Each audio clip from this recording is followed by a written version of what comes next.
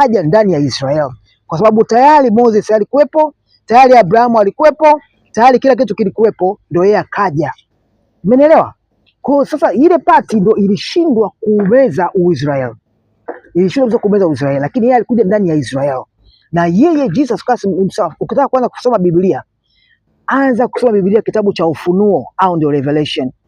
Ukisoma Revelation na Ufunuo, hiki ndio kilikuwa ni foundation ya dunia. Sio kitabu cha mwisho, ni kitabu cha kwanza. Alafu baada ya foundation nenda kwenye Genesis, ambao ndo Mungu anaanza kufanya nini? Anaanza kucreate dunia. Kwa sababu heaven ilikuwepo kabla ya dunia. Na pale pale wakati anacreate dunia, alicreate dunia chini ya usimamizi wa damu ya Yesu Kristo, ambao ni foundation ya creation. If unataka kukua delivery katika foundation ya creation, foundation hiyo iko chini ya Jesus Christ. Sababu Biblia imesema Jesus Christ is the firstborn of the creation and he has been the foundation of the creation. Biblia First John, kitabu cha Yohana wa kwanza, sio ya kwanza, Yohana 1, hapo mwanzo palikuwa na neno, hilo neno lilikuwa na Yesu, neno lilikuwa Yesu, neno lilikuwa Mungu, na hamna kilichofanyika katika kitu kile bila yeye. Hiko ndio kitu ambacho ni foundation. Sasa ambao ni John huyo wa kitabu cha Ufunuo ndio alikuwa anaona hizi revelation. Na ni John huyo ambao ni apostle. Sasa ndio hicho ambacho tumetoka mfahamu. Kwa hiyo sasa sisi sasa hivi Mungu anachofanya, ameturudishia jina letu la dunia liwe Israel. Kiasi kwamba hilo ndio kanisa lenyewe ambalo ni Shilo. Na hapo ndipo kunapokuwa na amani, na hapo ndipo tunarudi kuwa kwenye generation ya 7 ambao tayari kabisa kwenye rest, ambao Mungu ameshafanya kila kitu na kila kitu amekiperfect.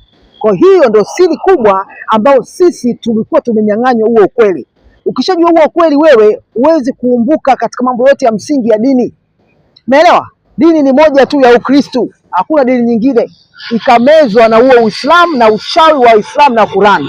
Qur'ani na albadili ni vyombo vimetumika tu kufanya nini? Kazi yake kuleta mabadiliko kwa ajili ya vitabu. Sababu Qur'ani ni kitabu, ukikisoma vibaya kupitia laana inakuja kubadilika kwa laana yake.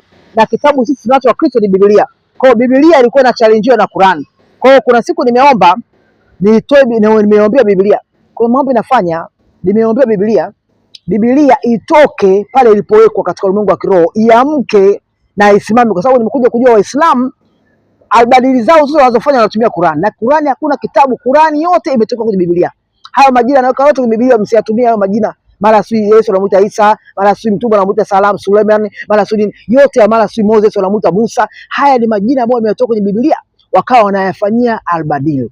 Ili wewe ukifanya Biblia masomo yako ukaelewa kwa wewe, alafu wao wana laana zao kila